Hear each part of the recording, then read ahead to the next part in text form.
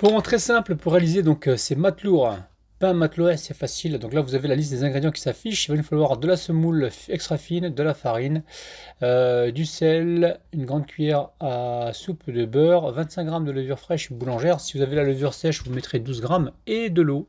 Donc là, vous avez les quantités qui s'affichent directement sur votre écran.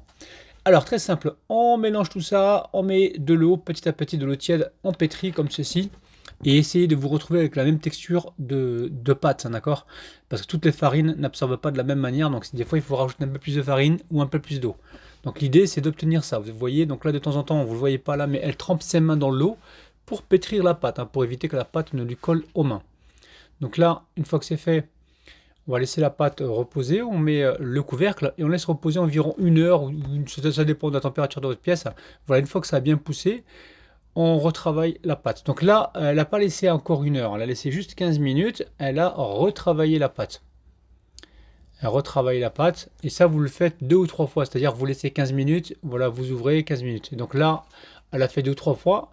Donc là, après, elle a laissé reposer complètement pendant environ une heure et demie, hein, d'accord, pour avoir les petites bulles.